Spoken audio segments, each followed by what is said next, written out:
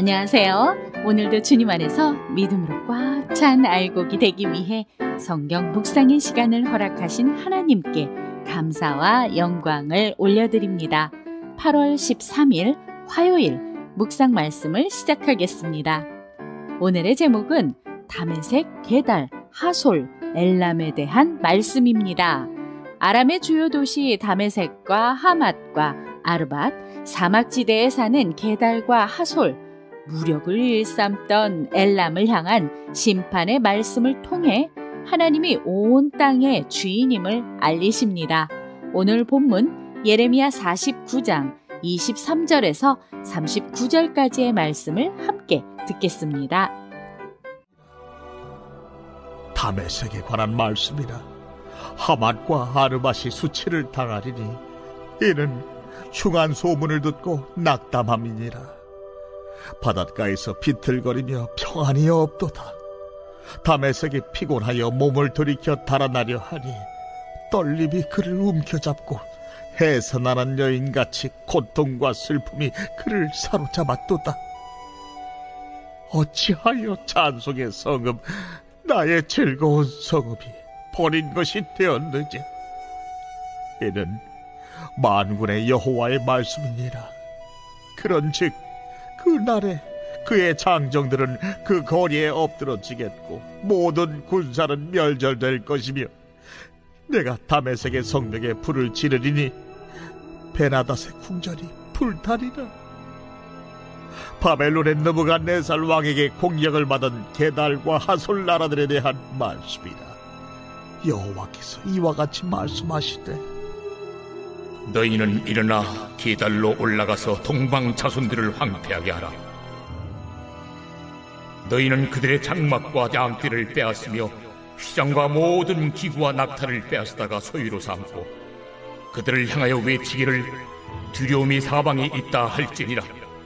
하솔 주민아 도망하라. 멀리 가서 깊은 곳에 살라. 이는 바벨론의 느부갓네살 왕이 너를 칠 모략과 너를 칠 계책을 세웠습니다. 너는 일어나 고요하고도 평안히 사는 백성 곧 성문이나 문빗장이 없이 홀로 사는 국민을 치라. 그들의 낙타들은 노략물이 되겠고 그들의 많은 가축은 탈출을 당할 것이라. 내가 그 살적을 깎는 자들을 사면에 흩고 그 재난을 여러 곳에서 오게 하리라. 하솔은 큰 뱀의 거처가 되어 영원히 황폐하리니 거기 사는 사람이나 그 가운데 머물러 사는 사람이 아무도 없게 되리라. 유다 왕 시드기야가 즉위한 지 오래지 아니하여서 엘람에 대한 여호와의 말씀이 선지자 예레미야에게 임하여 이르시되 만군의 여호와가 이같이 말하노라. 보라, 내가 엘람의 힘에 으뜸가는 활을 꺾을 것이요 하늘의 사방에서부터 사방 바람을 엘람에 오게 하여 그들을 사방으로 흩트리니 엘람에서 쫓겨난 자가 가지 않는 나라가 없으리라. 여호와의 말씀이니라.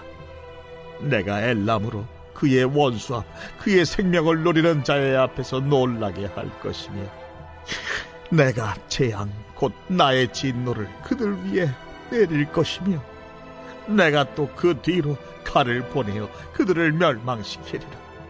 내가 나의 보좌를 엘람에 주고 왕과 고관들을 그곳에서 멸하리라. 그러나 만일에 이르러 내가 엘람의 포로를 돌아가게 하리라. 오늘 우리에게 주시는 교훈은 무엇일까요? 23절에서 27절 말씀을 보시면 다메섹은 아람의 수도이며 북이스라엘과 많은 전쟁이 있던 나라였습니다. 하맛과 아르밧은 북부 시리아에 있는 고대 도시입니다. 다메섹보다 북부에 위치하여 먼저 심판의 대상이 될 것입니다.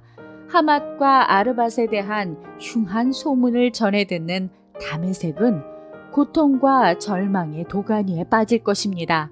찬송이 넘치던 즐거운 성읍이 장정들과 모든 군사들이 멸절되고 성벽이 불타며 절규의 도시가 될 것입니다. 하나님을 인정하지 않는 나라는 하나님이 심판으로 인정하실 것입니다. 천지를 지으신 하나님께서 모든 역사의 주관자이심을 인정하는 삶을 살아갑시다. 28절에서 33절 말씀을 보시면 게달은 창세기에서 이스마엘의 후손으로 처음 언급됩니다. 그들은 하나님을 무시하며 살았지만 아수르와 바벨론의 정벌 대상이 될 만큼 강력한 영향력을 행사했던 부족입니다. 하나님은 여호와의 말씀이라 라는 사실을 4번이나 언급하시며 하나님의 심판에 대한 확신과 위엄을 나타내십니다. 바벨론의 느부갓네살에게 하솔과 게달을 공격하게 하신 하나님은 성문이나 문빗장이 없이 유목민으로 평안하게 살던 사막의 부족들도 공격하라고 하십니다. 그들은 유목 생활을 하면서 주변 나라를 약탈하며 생계를 이어왔습니다. 하나님은 바벨론을 사용하여 그들이 행한 대로 약탈당해 철저하게 망하도록 하셨습니다. 죄를 지어도 아무 일 없이 잘 산다고 안도하지 말고 행한 대로 갚으시는 하나님의 때가 오기 전에 고칠 것은 고쳐야 합니다. 34절에서 39절 말씀을 보시면 하나님을 등지고 고원지대에서 찬란한 문화를 꽃피웠던 엘람은 하나님의 심판의 도구인 바벨론에게 짓밟힐 것입니다. 하나님은 이스라엘뿐 아니라 주변의 이방 민족들에게도 심판을 통한 회복을 계획하고 계십니다. 엘람은 강력한 궁수로 유명하지만 하나님이 압도적인 힘으로 그들의 활을 꺾고 그들을 파멸하여 쫓아내실 것입니다. 강한 군대, 높은 경제 성장보다 중요한 것은 하나님을 섬기며 하나님의 말씀대로 이웃과 더불어 살아가는 것입니다. 엘람은 하나님이 심판하신 나라들 중 가장 먼 곳에 있었습니다. 엘람은 이스라엘과 직접적인 연관성을 찾을 수 없는 나라였지만 그들에게 내려진 심판은 하나님께서 모든 곳에 계시며 모든 나라의 주권자이심을 나타내십니다. 전쟁의 시작과 마침, 심판과 회복 등 하나님은 모든 것을 홀로 결정하고 통치하십니다. 기도하겠습니다.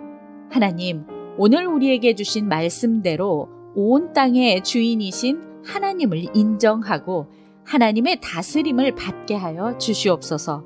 예수 그리스도의 이름으로 기도드립니다. 아멘. 하나님은 눈에 보이는 것에 의존하는 사람들에게 패역한 자라고 하십니다. 찬란한 문화와 강력한 군사력이 주는 자부심과 풍성함은 잠깐입니다.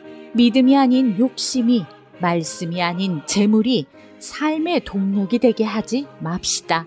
하나님 없이 얻은 힘과 재물이 주는 자신감이 아닌 보이지 않는 하나님의 약속을 바라는 믿음으로 살아가며 오늘도 광야 같은 세상에서 승리합시다. 저는 내일 다시 찾아뵙겠습니다.